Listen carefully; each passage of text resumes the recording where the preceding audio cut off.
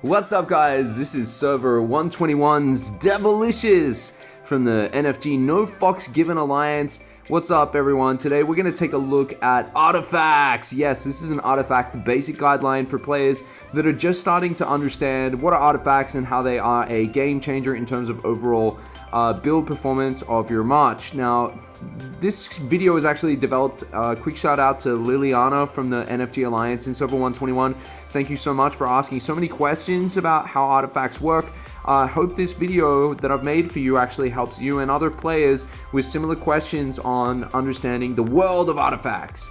So first things first, where to find artifacts? What are they? How do I, put them on my immortals? Well, you need to unlock an immortal all the way, unlock all the levels, unlock the immortal slot, artifact slot, and then you can place an artifact like this one, the Temple of Norheim Guard, on a particular immortal that you have. Now, in terms of artifacts, so artifacts are very, very important, and today we're going to show you exactly where to find some great information about artifacts in general. So the first place that you want to look is actually in the training camp. So the training camp is a great place for those that love to play around with different builds and different marches to figure out how they can potentially beat a player that they're going up against, or to beat a march that they're struggling to beat. And here you can see I'm playing around with Shadow versus Holy, and looking at Holy with Nebuchadnezzar, Manko, Kublai Khan, and then you've got Gilgamesh up the back as well. Now, this is a relatively strong march, but in the training camp, you can choose to add artifacts to the players or the team that you're versing. So you can see here, we've got a level 15 creation star on Kublai, and what we're going to do is we're going to remove that so I can show you guys. This is where you can play around and have a look at all of the different types of artifacts that are available. And this is everything, including the exclusive artifacts, including the basic gold artifacts. So let's start by firstly talking about the different tiers of artifacts. You've got green artifacts, which is your basic tier, blue, purple, gold artifacts, and then there are two different types of gold artifacts. You've got the gold basic artifacts, and then you've got exclusive artifacts, and we'll talk a little bit about that tonight in this video. Now, first things first, your basic artifacts. There are three different types of basic artifacts that you can get for your basic artifact setup. And no matter what, if you get basic artifacts, keep them. They are food, okay? You want to keep these and as many of these as you can. You'll eventually replace them at some point once you get an exclusive artifact. So if you're looking to kind of build up a really strong basic artifact in the gold tier, that's great. But again, as I said, they're food. You want to keep them to essentially move across to the exclusive artifacts later when you get them. So each immortal has an exclusive artifact, and different artifacts are unlocked depending on the season that you're in when it comes to conquest. And you can see here, this one is Siegfried's artifact. And with Siegfried's artifact, it has an exclusive ability that unlocks if it's placed on Siegfried. So if you place Siegfried's artifact on Kublai Khan, that ability doesn't unlock. But if you place it on Siegfried, then it does unlock. So let's talk about the basic gold artifacts first. Here you've got the creation star at the basic level, and you'll notice that there are no developable aspects to this creation star artifact. Creation star artifacts can come with a multitude of different statistics, including passive and changing abilities, from physical attack bonuses all the way through to defense bonuses. And then you've got developable artifacts, basic gold artifacts. So this is where you can see that there are diamond slots underneath, and the artifact color actually changes. And there are two different types of the basic developable gold artifact. The first one is actually called Surge, okay, and you can see here, if you increase the developable aspects of it, you'll get better stats on these artifacts. But Surge actually gives you a passive which increases the energy regen of your immortal by 5%. And then you can see here, you've got a second one, which I just tapped on and I've tapped back. So talking about Surge, again, you can see here physical attack bonus at 3%. It's pretty good, so not too bad, but we'll explain a little bit later why exclusive artifacts are better. The other one is Iron Fist, and this actually gives you an increased damage buff of 2.5%.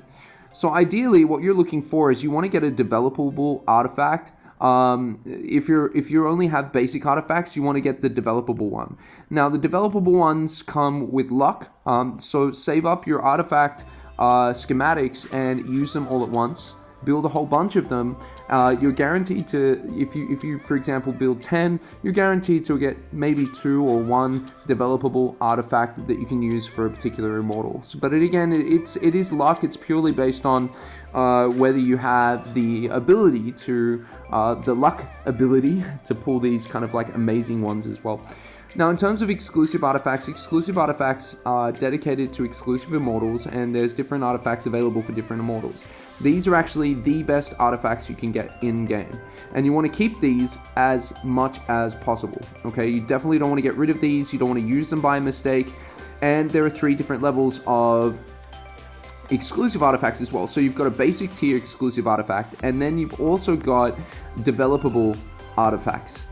And here you can see Dark Dragon Blood Surge, so again giving you that energy regen buff of 5%, and then you've also got the Dark Dragon's Blood Iron Fist, which gives you that 2.5% attack buff as well. And with Iron Fist, you can see here, if it's placed on Siegfried, you get an extra 25% increased damage. So you want to keep these exclusive artifacts, and you want to make sure you place them on the right immortal. A lot of players place different artifacts on different immortals. If you've got that immortal, if you're running that immortal, use the exclusive artifact every single time. And you can see that the buffs on exclusive immortal artifacts are actually better. The basic one, 3% attack bonus, but the exclusive artifact here, you can see 4.5%. Now, in terms of artifact leveling, so there's level 1 to level 15, and you need to upgrade your artifact to level 15 before you can empower it. So you'll see some players have got silver artifacts or gold artifacts, which give a huge increase in terms of overall buff or performance of that artifact. Now, at a basic level, every artifact that you get is bronze. Once you get it to level 15, you can then increase it to silver by utilizing sun crystals. And sun crystals are available in a multitude of different events in-game, so it's relatively easy to actually upgrade an artifact from bronze to silver in time.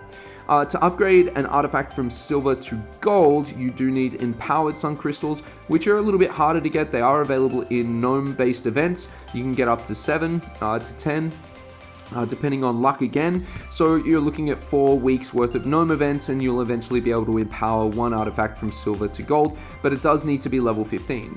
Now, in terms of upgrading, so in the Forge, this is where you get materials for artifacts. You want to collect as many of these materials as possible. I typically try to create 6 of each and then build a couple of different artifacts at the same time.